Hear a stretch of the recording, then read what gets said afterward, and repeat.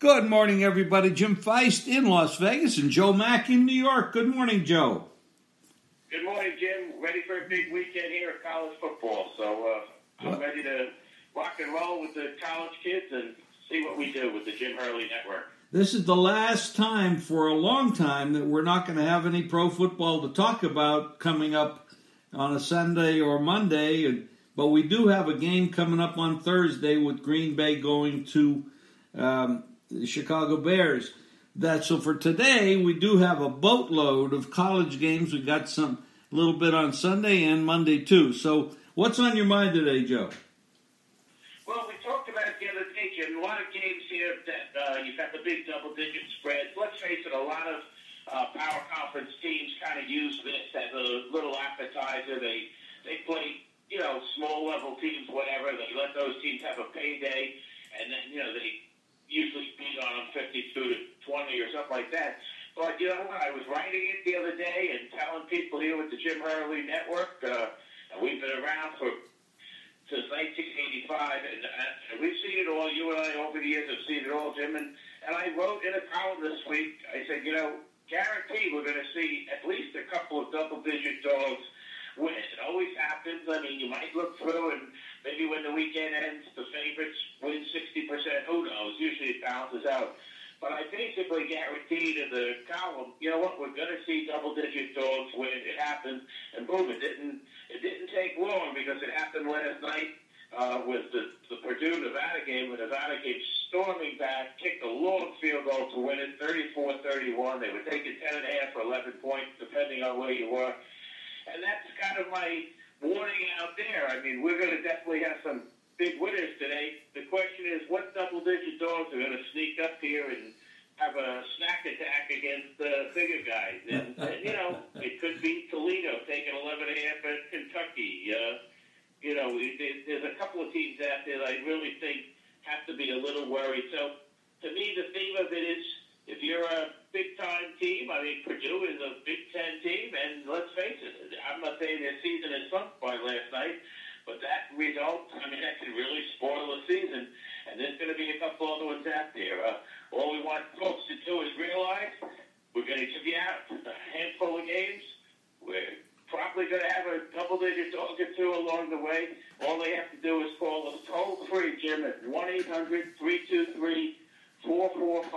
Again, it's a toll-free number, Jim Hurley Network, 1-800-323-4453. A lot of games here on the board for the rest of the weekend. We've got a roundup, a total of 27 games on the board on this Saturday. And then, of course, we've got these standalone games. Sunday night, Houston at Oklahoma. Monday night, Labor Day night, Notre Dame at Louisville. We're going to fix there.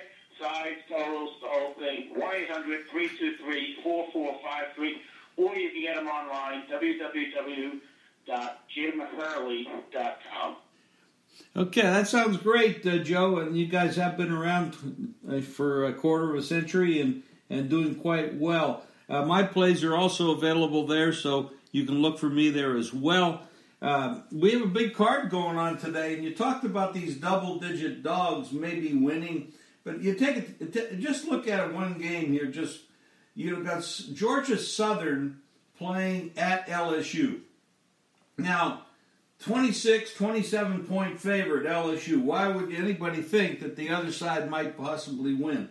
But sometimes you got to look for the other things. The talent on the field, we know who the better team is. We know who the bigger named coach is. We know their recruiting is stronger. They get the better players, et cetera, et cetera. The problem with LSU is, and not just using this as an example, I'm not saying go play. What I'm saying is you got to look deeper into it. And here you got LSU, and you got to say, what do they have next week? Well, they got Texas. And Texas has got a big game. They got Louisiana Tech, and they're a 20-point favorite. So you got these teams where the little guy is directly 100% focused on trying to make a name for themselves, and the big guy, which would be LSU and Texas, have got their head pointed a little bit down the road to their next game. Jim, I agree with you 1,000%. It's funny how things go. times when, you're opening up the season, so to me, human nature would be you're not looking ahead yet because, it's your first game of your season. But I'll tell you, I think you hit it on the head. I have actually seen in a couple of articles Texas and LSU kids being asked about that matchup. Now, meanwhile, like you said, they've got games here on this Labor Day weekend. They're big favorites. As you said, LSU a big favorite. Got 4-touchdown favorite. Texas, which has not been a good favorite under Tom Herman. They've been a very good dog, not a good favorite. They're laying 3 touchdowns to a gritty Louisiana Tech team who I looked up. They're 16-6-1 against the spread the last 5 years as dogs under Skip Holtz. His first year there, they were not a good dog team, something like 1-5, I believe. But since then, in his last 5 years, they've been great. So that poses a real kind of mental problem here for the likes of Texas and LSU. They've already are being interviewed for, quotes about this upcoming opponent. That makes it an immediate danger spot. And so week one might not be a walk in the park for either or both of those teams. And again, just as we said, you can be sure there's going to be a couple of double-digit dogs out there that win outright. I don't know if one of these will take place here with these games, but you never know. I wouldn't be shocked if one or both of them wound up being a touchdown game with 3 minutes to go, and Texas and or LSU could be biting their fingernails in their season opening game. You're absolutely right. That's what makes it so exciting and interesting at the same time, and potentially profitable, which is what we care about. Baseball. What has happened to the Mets? They bounced back yesterday. They did. They had a nice win last night at Philadelphia. They couldn't touch the right-hander Aaron Nola, who has great stuff for the Phillies. They couldn't touch him, but the kid really ran out of gas in the 7th inning. He got up to about 100 pitches and really started to struggle, and the Mets took advantage. But you're right. It was a dismal week here. I'm a big Mets fan, and they followed up a sweep of Cleveland with back-to-back 3-game series losses, and the Cubs series loss was really devastating because they had both Syndergaard and DeGrom pitching back-to-back, and Syndergaard was just awful the other night. He gave up 6 runs in the first inning. He looked like the proverbial deer in the headlight. DeGrom pitched well the next night. I think he retired about 15 or 16 guys in a row after a home run, and he gives up a big 3-run bomb. It looked like the Mets really have their work cut out. They're down 5 games to the second wild card, the Cubs right now. But you never know. Teams are kind of passing each other all over the place in that wild card race. I think I said to you last week or the week before, watch out for Arizona. They have enough talent, and they have climbed above 500 and, playing better. And we'll have to see how it goes. If the Cubs can win on the road, which they have had trouble all year, if they start to win their road games, they're going to get that other spot with Washington. And I'll tell you, I wouldn't even count the Nationals out for making a run at the Braves for the top spot. We've only got about 27 or 28 games left for everybody, but right now the Nationals are just steaming hot. They really, I think the record I saw was 41-19 in their last 60. They are just on fire, and really, to me, a team to watch in the National League come the postseason. When it comes to their starters, if they get into the playoffs, they are extremely dangerous if they have their starters going for them. Ross and Scherzer and Strasburg, they can be devastating. Those guys, you just don't hit them. And I'll name the guy that you named the big guys, but Patrick Corbin, the lefty who they signed in the offseason, he can really be a difference maker because on a lot of these playoff teams, they don't have, some of them don't have great number 3, number 4 starters. If they're tied in a series, let's say with the Dodgers 1-1, and Patrick Corbin's pitching game 3, might be advantage National. So I agree with you. The starting rotation is great. The bullpen has been an issue all year, but they're starting to win some games, some magic wins. They came back to beat Miami last night. Walk-off win, so they're going to be certainly a team to watch out for on the postseason. You mentioned Arizona. They got Ray going today against Kershaw, and Kershaw is, this is a team, the Dodgers, 88-49 on the season, which is absolutely remarkable record, and the Rays just got over 500, 69-66, but Kershaw, he's a great pitcher, and he got a great record, and he does remarkable things. But this is a tough spot. $1.50 favorite on the road in Arizona. Big game. I wouldn't be surprised for a sneak up on there for them. And we got this is the kind of stuff you look at. Some big dogs have come in baseball as well. We talked about dogs in football, but it's been happening quite often in baseball as well. Some of these underdogs are actually collecting the tickets. You want to talk a little bit about pro football? We're down the road on that. We start on Thursday night. Big game. Green Bay at Chicago. It is going to be a big game. And you and I have talked about it this summer. That's really going to be some division because you can kind of mix and match who you think is going to win the division or maybe who's going to get a wild card between Green Bay, Minnesota, and Chicago. My personal favorite is the Bears. I know they have a very tough schedule. I've seen a gazillion articles about how one of the Bears won't win the NFC North and won't make it to the Super Bowl because the schedule's too hard. But I think they're still climbing. They're still on the ascent here as a team. I like what the coach did. He really didn't play players at all in the preseason. He basically has told anyone who wants to listen, I'm happy with my defense. I think it's the best in the league. And he's like, trust me, the offense is going to get better, a little bit more imaginative with Trubisky. We know the kid can run and make first downs with his legs that way. I don't know here in game one. We're going to have a pick certainly come Thursday. Side and/or totals play on that game. I've got to say, I think the number almost looks a little short right now. Basically, if we give it 3.5, 4 points for home field, and that's the standard in the NFL. Right now, the line's only 3. To me, it almost looks like they want you to bet the Bears. So we'll have to see if that number's going to move at all. But to me, the Bears are probably one of the top 3 teams overall in football.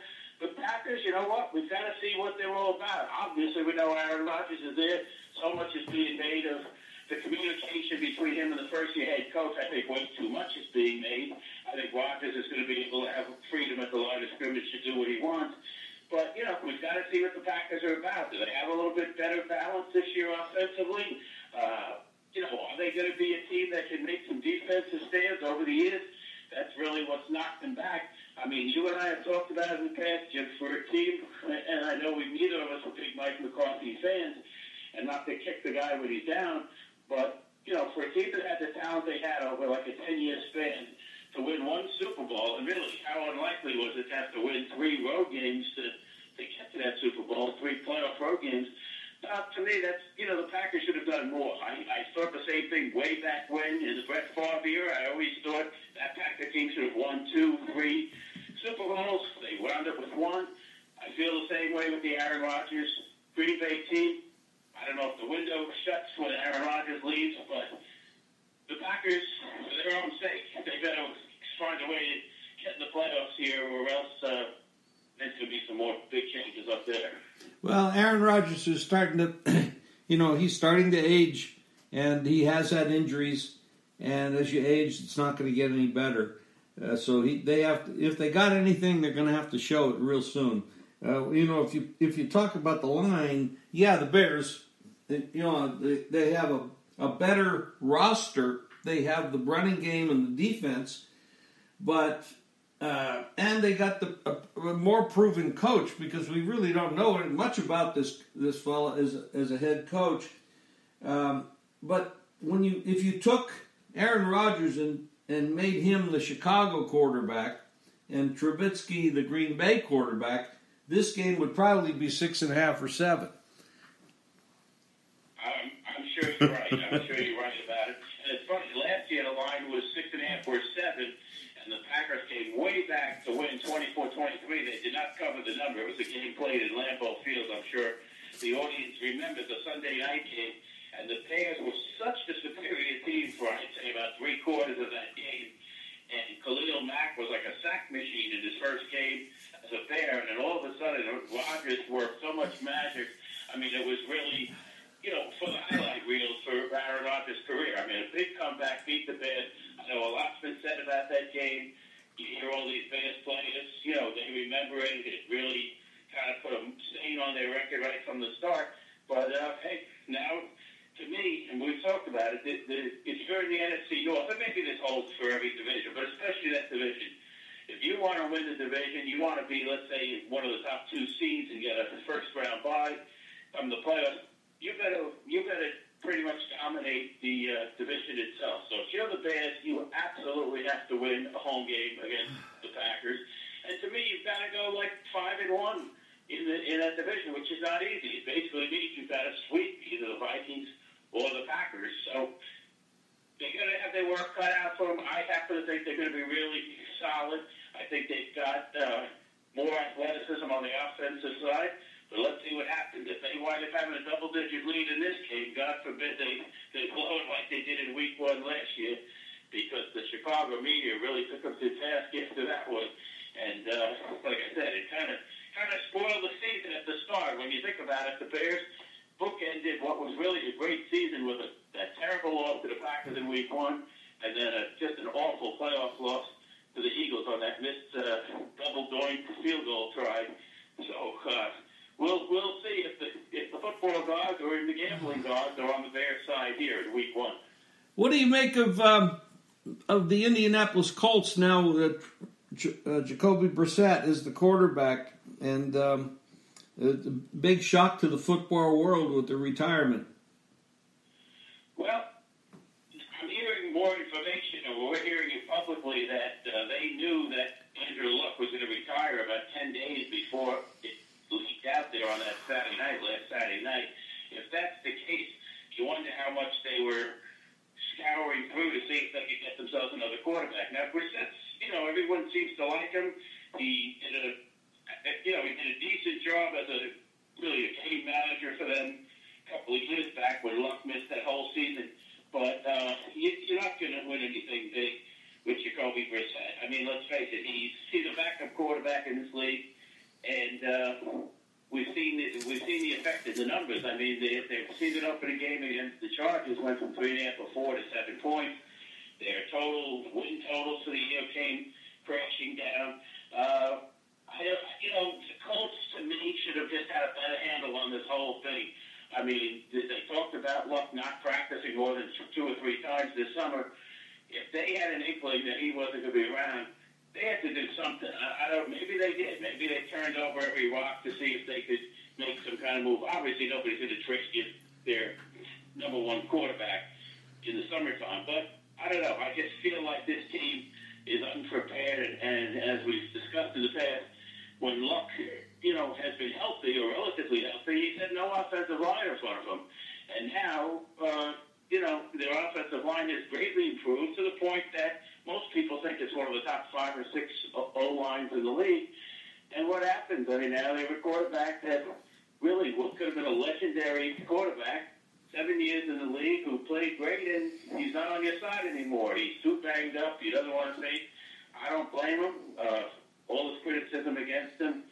Listen, people are just frustrated because they want to see him.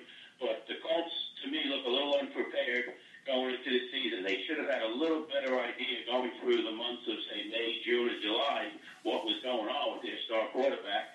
And let's face it, I mean, they're going to take a major hit. If they're a 500 team this year, I would say that would be just about as good as they could get.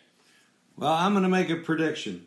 Now, first of all, I don't know how much the team knew that Luck was considering retiring, because I'm not on the inside to know that. And you get different stories from different people. A lot of speculation out there.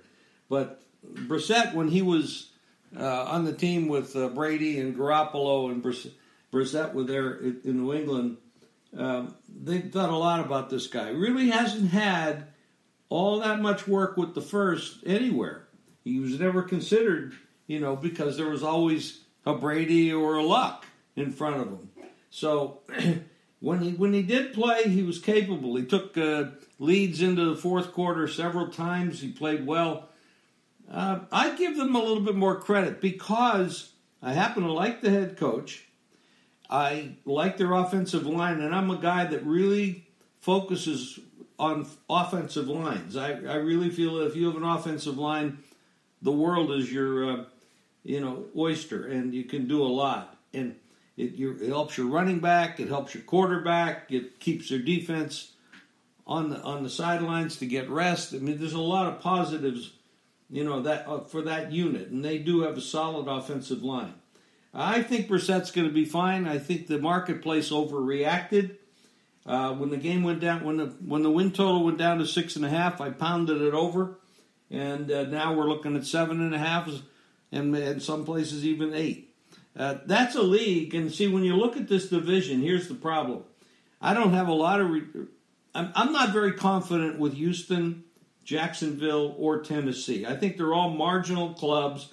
You can say positive things and you can say negative things about each one of them. I think the Colts can stand up, even in their present form, without luck, as a solid 8-8 team. And I think the winner of this division easily could be just 8-8.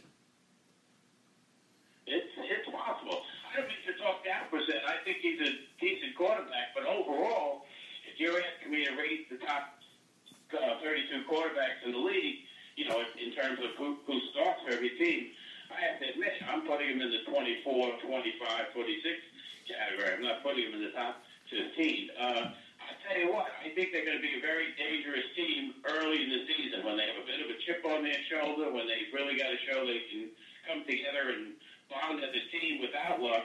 As we said, the number went up here in this season opening game at the Chargers. Like you said, it's about 6.5 or 7 right now. I could see them giving the Chargers an absolute run for their money right down to the wire here. I just don't know over the long haul. Even with him playing, like you said, he'll be practicing every week with the ones. He'll be getting more and more familiar with T.Y. Hilton and the receiving corps. I just have my doubts that listen, I didn't know where the Colts were going to be if Luck was healthy. I didn't know if they were a 10-win team. But to me, 8-8 is about the limit for them with this situation here. And, again, I don't know how much they knew or didn't know 2 months ago that Luck was maybe going to retire. But I just felt like looking back, they seem to kind of have sat on the news. And you know what, Jim? Now that I think about it, maybe they feel like, all right, if Luck's not there, Brissett's our next best guy. He's been in the system for a while. And maybe they have more confidence in him, generally speaking, than I do. So we'll see. And you're right, that division is not, you don't know what you're going to get out of Jacksonville. They went from, being 2-3 plays away from getting into the Super Bowl 2 years ago to falling on their face last year and then going out and signing Nick Foles. Were they going to turn it around and be an 11-5 team this year? Probably not. And the Texans, again, you never know. I mean, last year they were totally buried early on and then came back to make a playoff spot, but they never seemed like a serious Super Bowl contender. Who knows? Maybe if the Colts can win their division games, go 4-2 in the division or something, they can be right there. But I don't think in the end they're going to be a real threat. And out of that division, it's really tough to it's tough to really get excited about any one team as it stands now. Well, I agree with that. I'm looking forward to it. Joe, we'll talk again sometime next week. We'll put another podcast together. And anything in closing on the Jim Hurley, and then we'll close off.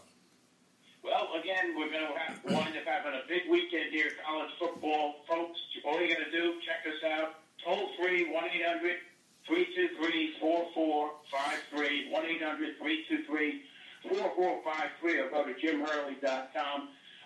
We're going to get started here. Last year, we had a rollicking opening week of the season. I looked it up. We went like 6-1. We're going to wind up having a solid weekend here. And don't forget, you got those standalone games.